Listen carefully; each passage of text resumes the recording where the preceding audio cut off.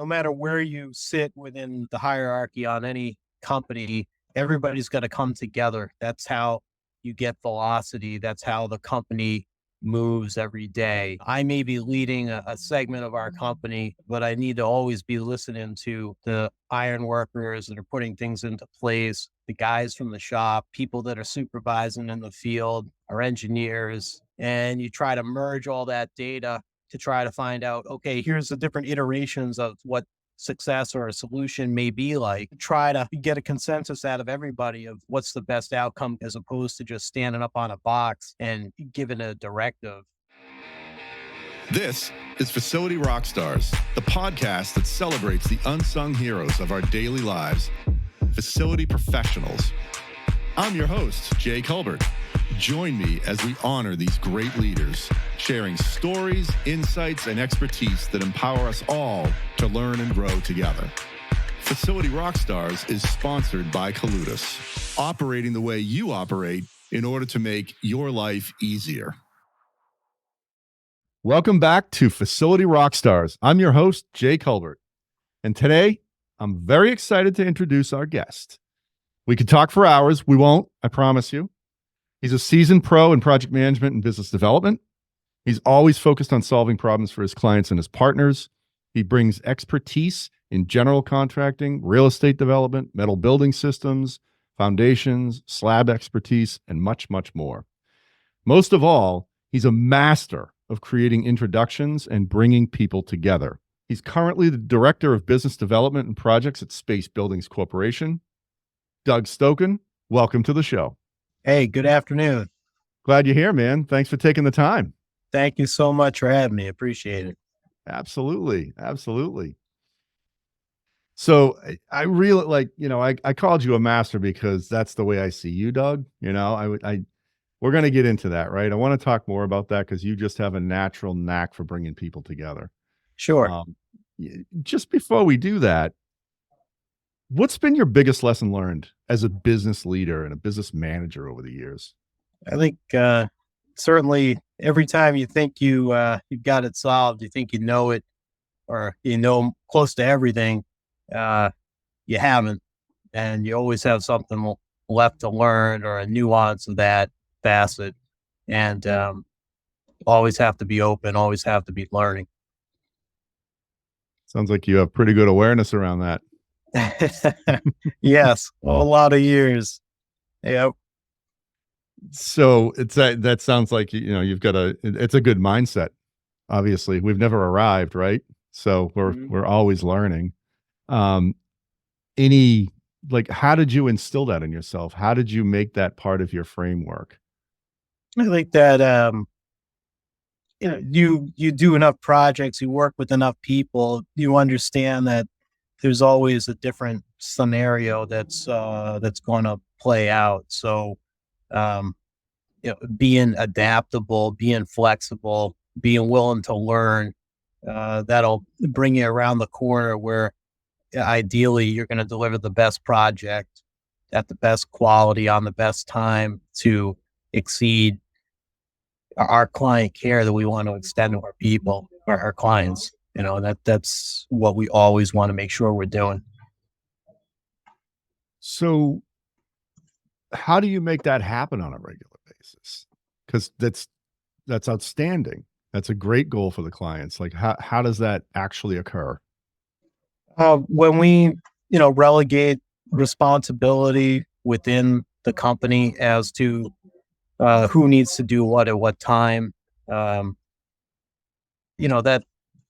tie off with your other counterparts in the company, we're able to go ahead and understand who's responsible for what. And, we all do our job. It's like the New England Patriots like to say, years past. And we grind on it every day. We hustle on it every day. We make it happen. You used the word adaptable. I'm very fond of that word. I also like the word pivot, but essentially the same thing. So when that occurs, what do? How do you adapt? Yeah, I think that listening is a key part, right? So, no matter where you sit within the hierarchy on any company, everybody's going to come together. That's how you get velocity. That's how the company moves every day. So, I may be leading a segment of our company, but I need to always be listening to the iron workers or the steel erectors that are putting things into place, the guys from the shop, people that are supervising in the field, our engineers and estimators, and on and on. You listen to what everyone has to say, about what's at hand, and you try to merge all that data to try to find out, okay, here's the different iterations of what success or a solution may be like. And, try to get a consensus out of everybody of, like what's the best outcome going to be, as opposed to just standing up on a box and giving a directive. Sometimes, most times that doesn't really work out that well. No, So, I've seen the same. Yeah. So yeah. it sounds like everyone in the company has a voice and they've all got they all have input in building the plan. Is that what I'm hearing? Yeah. Yes, absolutely. Yeah. Um, I want to keep going on this for a second, Doug, because so what if things don't go right? And I'm speaking about things that are outside of your plan, outside of your control, right? Something your client does, or some external force that cause things to change. And then, there's that adaptability thing, right? Yeah. So we're always going to help find a solution, whether we're the direct uh, person or company executing across that or not. So we're always assuming responsibility. What if it rests squarely within us, or we're just a segment of that. We're always open and honest as to where we stand with that matter. And sometimes, if, like, let's say your solution isn't going to be 100%, so let's look at what else is available. And certainly, if it's not something we're going to self-perform in a solution, whether it be like a fab issue, an engineering issue, building it in the field through our steel erectors, uh, we can always find a solution if that's what we have to input. If it's something from outside of our company, we will always find a solution for that. And it's really a matter of being flexible. Good words. Yeah. Good stuff. So metal buildings, how did Mhm. all this happen? Why metal buildings? Why not wood? Why not block wall? How did it all occur? How did this all start? Yeah. So way back when the oil boom started, uh, a lot of the rigs down in Texas, they had to sheet in some of the mechanical parts to shield them from the water and the sun and all that, to try to get better longevity, better service out of them. And then from there, it just extrapolated across that. It was a simple way to put some steel frame together and some sheets, as we call them, on the roof and the walls. And, you started out with a garage or a warehouse. And as the engineer moved on it, as time went on and got into the 70s, um, eh, to, really turn into a real product. So it got tagged with pre-engineered metal building systems. So the parts, they are pre-engineered by engineer and staff.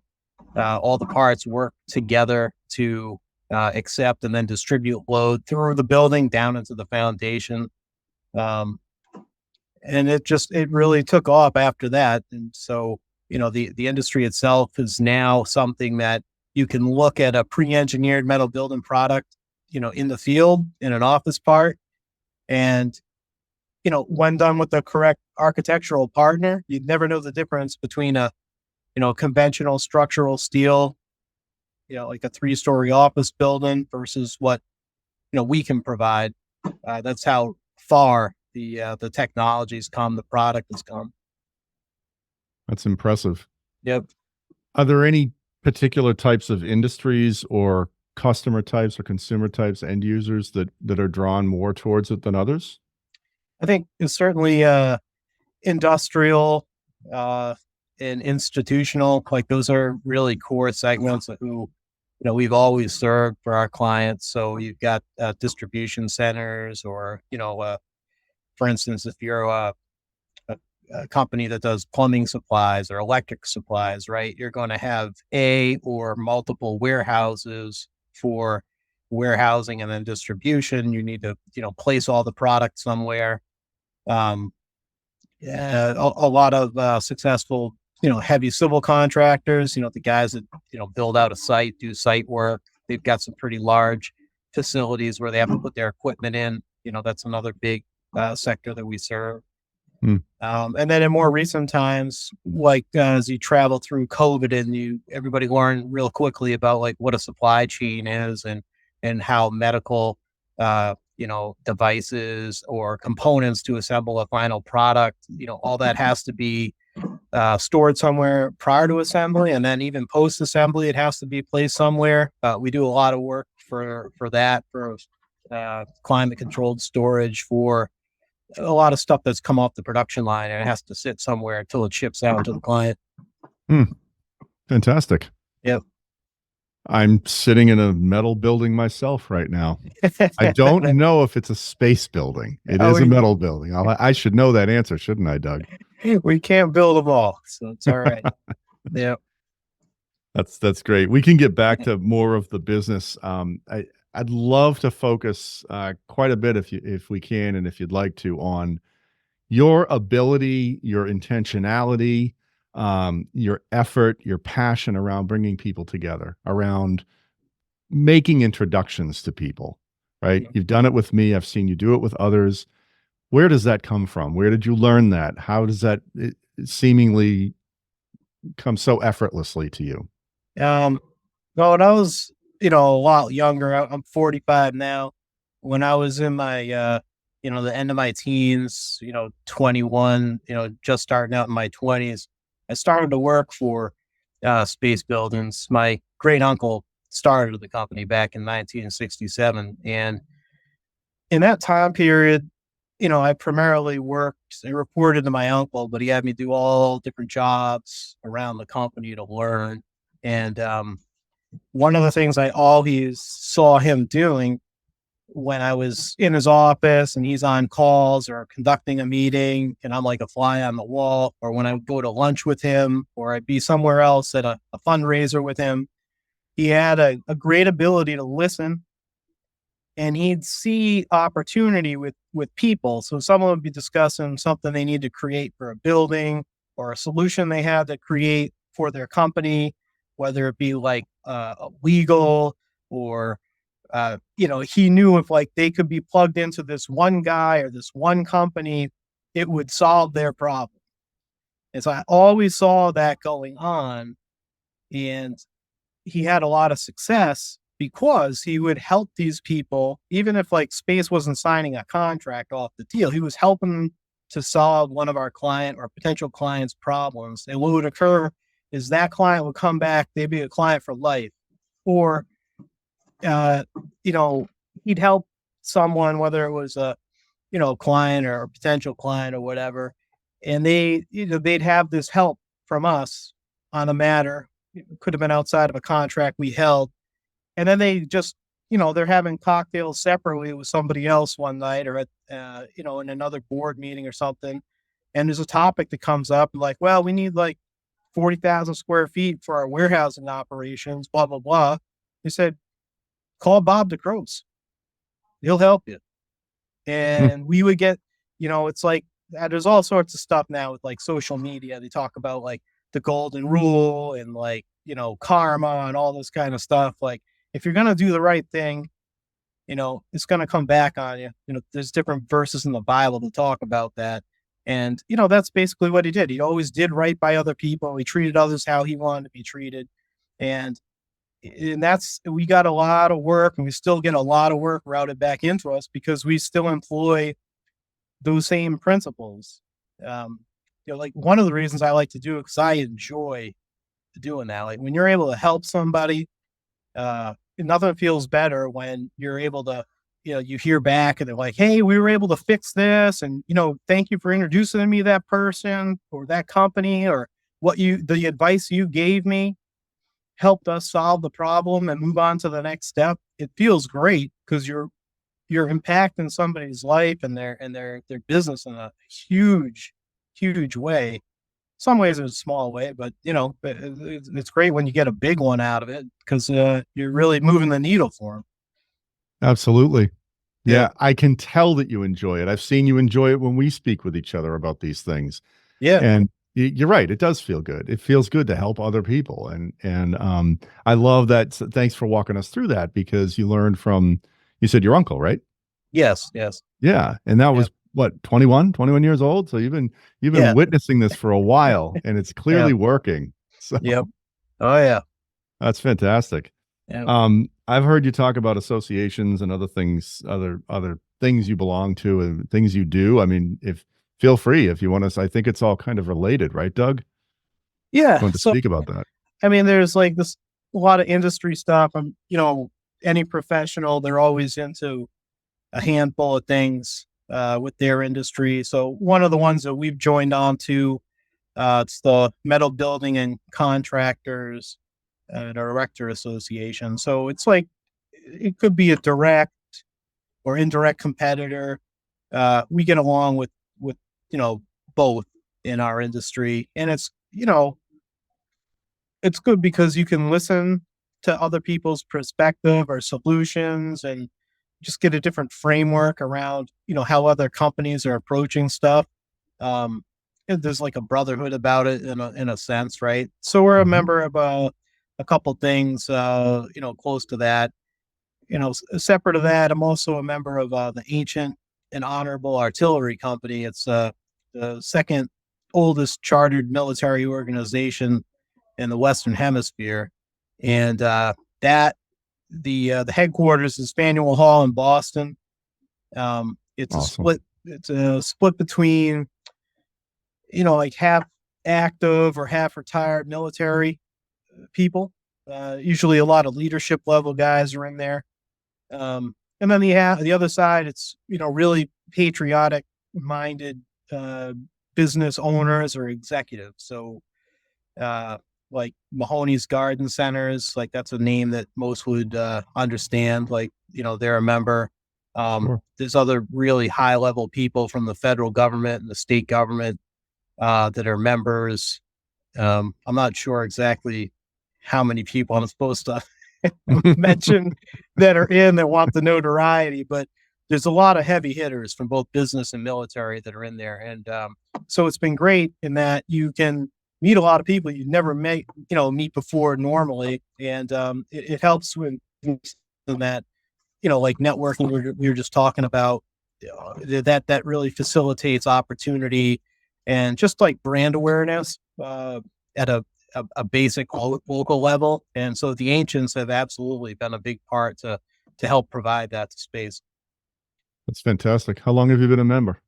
Going on 8 years now. Good for you. Good for you, Yeah. Doug. Yep. You mentioned something about your uncle. He had the uh, ability to listen, right? Yep. And I just want to comment quickly because I think that's so foundational. Because if you don't have a strong ability to listen to someone else, how could you possibly have empathy for what their needs are, right? Or really understand where they're going with something, or what their desires are, or really understand where they're at. So I love that. Yep. It's true. Now, you also operate some metal buildings. Is that accurate? Do you own and operate some and also Mhm. erect them? Yes.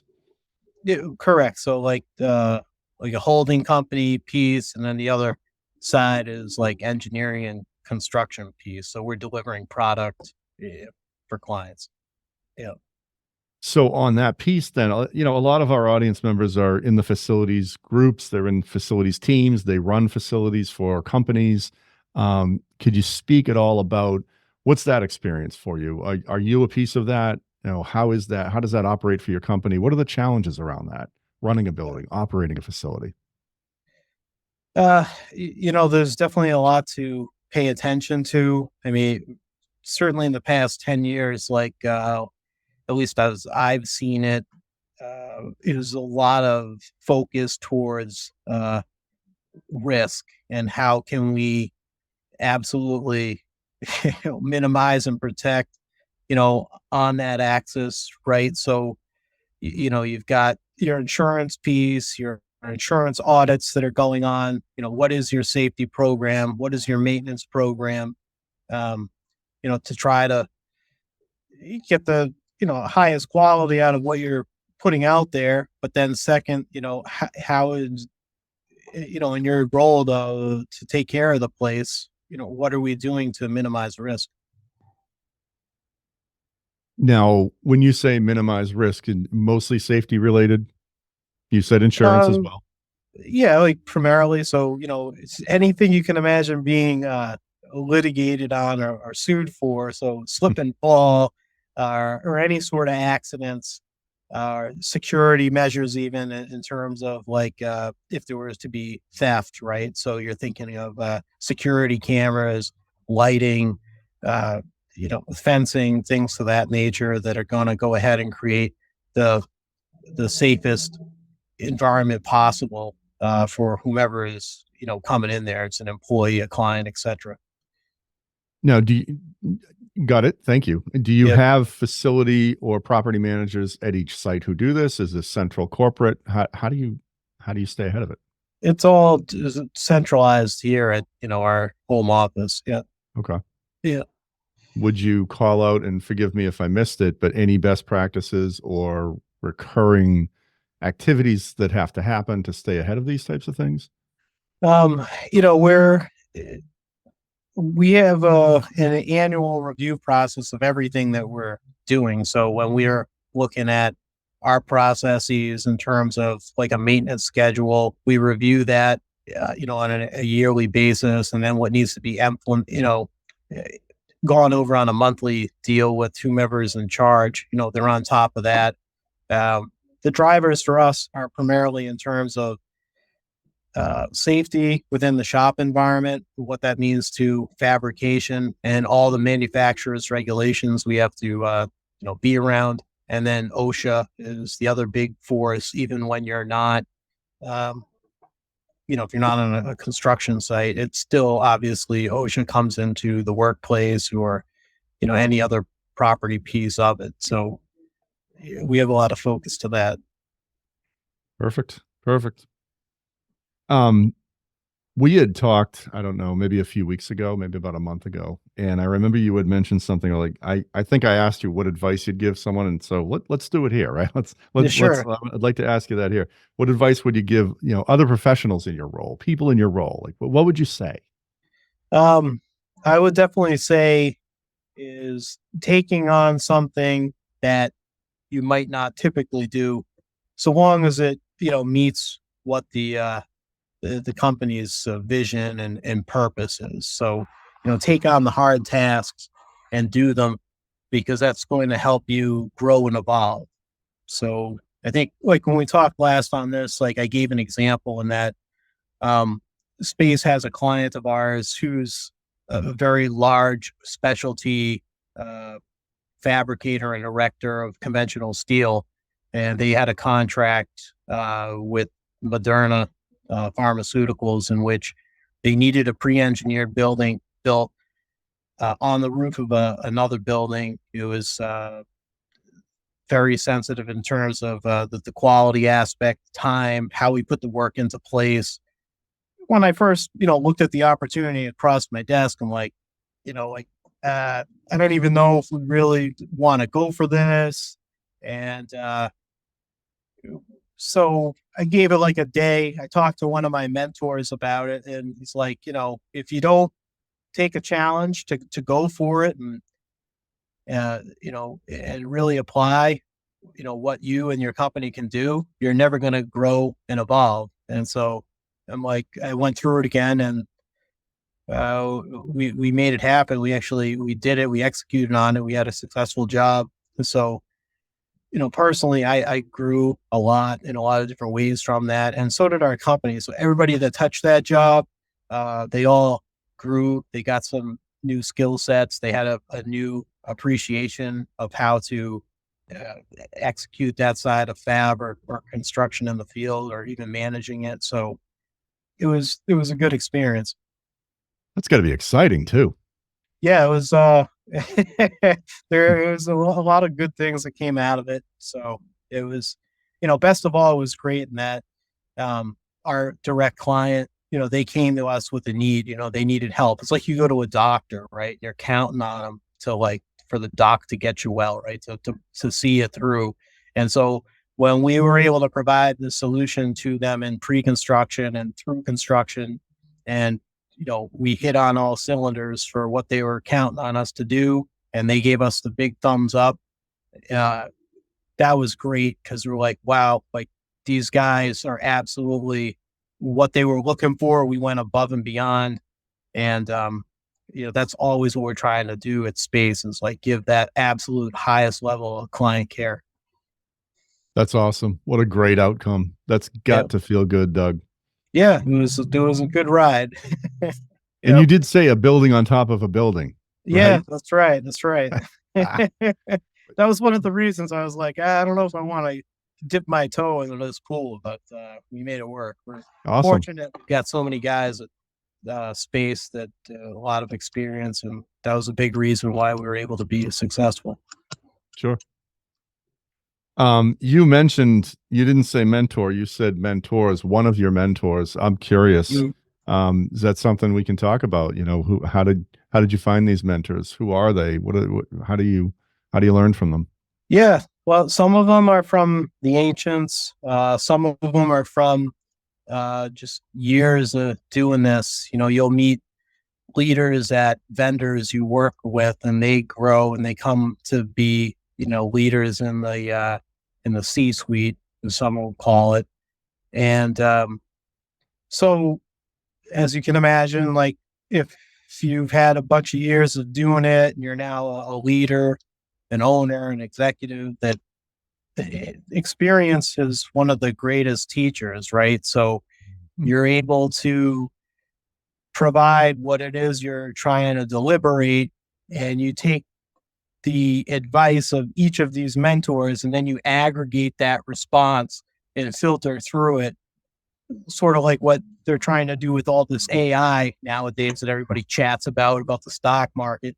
But like that, that right there, it allows you to have greater, it's like a catalyst to an idea. It's like a singular idea, or like a 1+1 idea, but then you can like 10x it or 50x it, when you add the fact that if you can reach these mentors, you aggregate it, and then you figure out, well, what's my best outcome of it? And I found that really important, even outside of that, like one example I gave you. There's different things that I've done, just internally at Space, and or just trying to solve a issues behind the scenes for clients, and that's where I've had a lot of success, is doing stuff like that. That's fantastic. It's just collaboration at its best. It's exponential, like 10x, 50x, like you said, all of that. Like Yep. you're learning from someone who's already done it, and you can Yep. apply it to your specific situation or several situations. Yep. Yeah, that's awesome. And you're humble enough to know that, make that phone call, learn from somebody. Oh yeah. Yeah, not everybody is. That's fantastic. Yep. You don't get extra credit for coming up with the idea. It's just how well you implement it. Yeah, exactly. That's right. We've been learning a lot from you, Doug. If there's anything else on the business side, please, like, hey, let's chat, let's talk about it.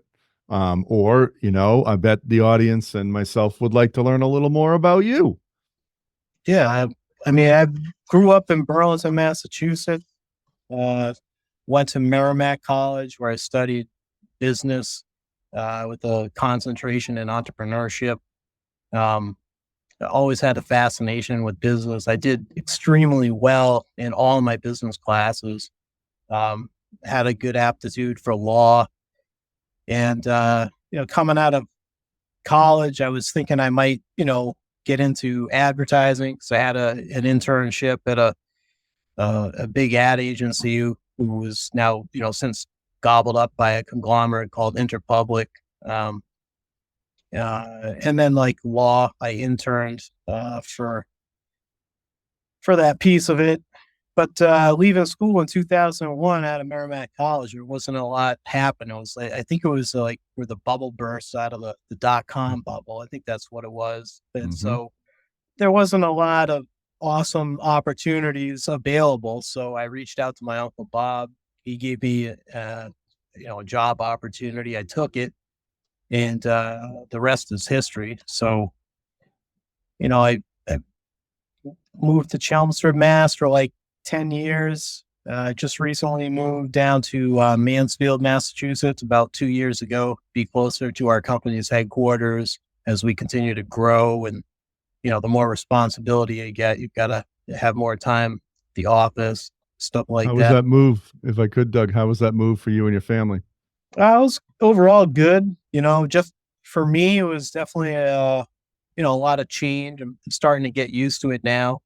If you grow up somewhere your whole life, it's a little bit different. I've never been like, awesome with a change, I guess, in my personal life, right? I'll find something that's good. I just want to stick with it, like restaurants, my wife, like uh, I just like I found the right seat on the bus. I'm sticking with it, So, but I'm coming around to the new place. It's a nice town. Good for you. Yep. I love what you just said because the whole first half of the show, you talked about adaptability and Yeah. ability to change. And, personally, yeah, I don't want to do that. I'll Yeah. get used to it. I like this. The Well, steakhouse is a good one. you get jostled around a lot in your professional world. It's nice to be able to you can just tap back into like the same thing, when you can take your armor off at the end of the day, Right. so, it's nice to be able to have the same thing. But I mean, aside from that, like my family and I, we love to travel. So we're skiers, we're swimmers. So we like to go down to Florida, Caribbean, and then we all ski in the winter. Um, and then we're big family people, right? So we have family in Florida nowadays. We've got family up on, the North Shore of Massachusetts. So we're always, traveling for definitely like the holidays and even in the summertime, just be up by the beach on the North Shore, visiting family there. So it's basically what we're into. Awesome. Which beach do you like? Good Harbor in Gloucester. Very nice. Great Very beach. nice. Yeah. What about yourself? Do you hit the beach a lot? We don't we boat quite a bit. So Yep. we're on the water a lot on the boat. But when we go to Yep. the beach, my wife and my kids like Cranes Beach. Okay. That's our choice. So Yeah. yeah. Yeah. Yeah, we love it there. Especially low tide, you get the pools that hang out, back on the beach. It's fun. Yeah, I can Yeah. play football. Yeah. Yeah. It's a good spot. Do you ski the east? Do you out I'd west? never been out west, but I go to a lot of places in the east. Stratton and Killington are two of my favorites in Vermont. And then recently, I was just at Okemo for the first time back in February. I thought that was a nice mountain. So, Awesome. yeah. Nice. Yeah. Well, Doug, I can't thank you enough for sharing, the wisdom, the associations. A lot of people maybe never heard of the ancients before. That's awesome. If people want to get in touch with you, how should they do so? Is it LinkedIn? Is your company website? What would you recommend if they had more questions or wanted to learn more from you? Yeah, you can LinkedIn. I've got a profile there. So if you're comfortable with that, you're welcome to reach through our website. Obviously, you can call me direct. I don't, I take all calls. If it's a telemarketer type, I try to sell them a building, and usually that ends the call pretty quick. Good practice for you.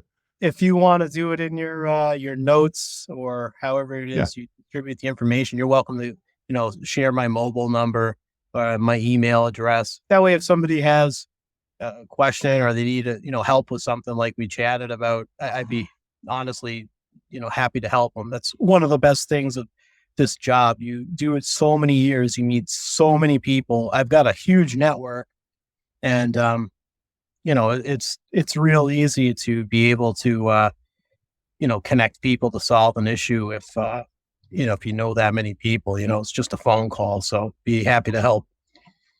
Well, and you've shown that so many times over and over. So yeah, again, I'll emphasize you're a master of bringing people together. And like you said, you have a huge network. So, thank you for what you've done for me personally and us. And Oh, yeah. yeah, thanks for taking the time today. And if for the audience, if you learned something from Doug, if you laughed, if you had a good time, feel free to share it with others. And until next time, thank you, Doug. All right. Thank you. It's a wrap. Another episode of Facility Rockstars is in the books. Facility Rockstars is sponsored by Colutus, operating the way you operate in order to make your life easier. Until next time, facilitate and rock on.